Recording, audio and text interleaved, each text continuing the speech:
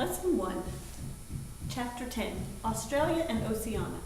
When we think about exploration, we definitely think about the English coming to America or the Spanish going to South America. But how did we find Australia? Or Hawaii? Or Antarctica for that matter? All in another part of the world that the English, the Europeans, didn't know anything about.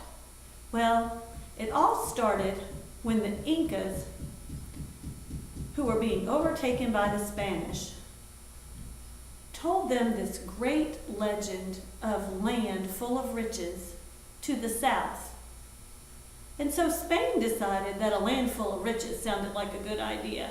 So they employed a man by the name of Alvaro de Mendaña to put together a couple of ships to sail that way to see if they could find this hidden Southland. Mendaña, a young man, the Viceroy of Spain's nephew, was considered way too young and inexperienced for such a trip, but was chosen nonetheless. So they chose an older man, a navigator, to take him across these wide oceans. His name, Hernan Gallego. They sailed and sailed and sailed this expedition just in search of riches, and they landed on some small islands out in the middle of the ocean. Obviously, not the Great Southland. But they went on, searched, thinking that they were going to find the riches that the Incas had told them about. They named these islands the Solomon Islands, after King Solomon from the Bible. Everything was great when they first started. The natives of the island liked the Spaniards liked the natives, but the Spanish got greedy. And so, in turn, they would try to take food. And when they couldn't get the food that they wanted, they decided to take it by force.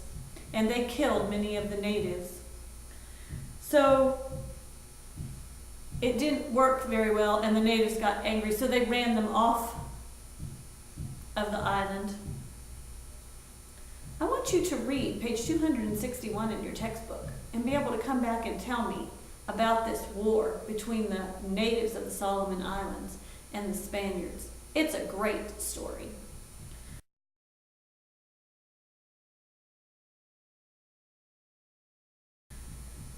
So, with all of that being said, it didn't work out in the Solomon Islands. Mendaña decided to hire another navigator. This time, Pedro Fernandez de Quiros hired him, and they set sail once again.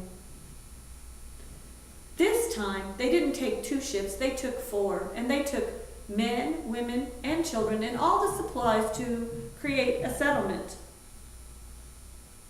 They sailed, hoping to get back to the Solomon Islands, but they missed.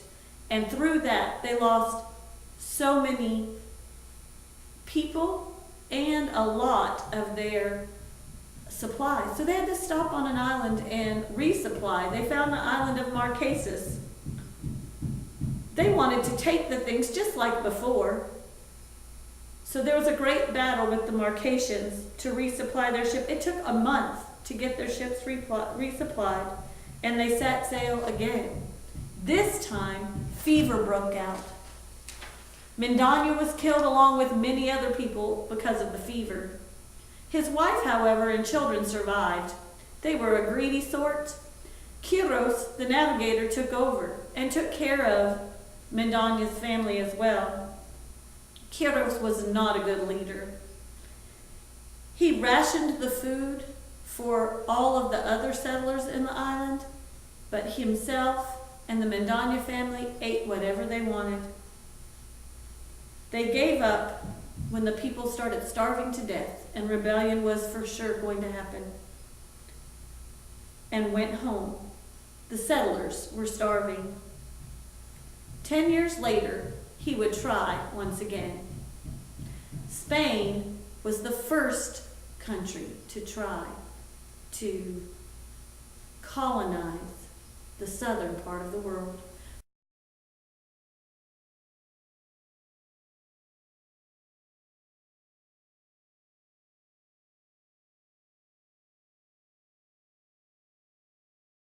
When it didn't work for Spain, the Dutch stepped up.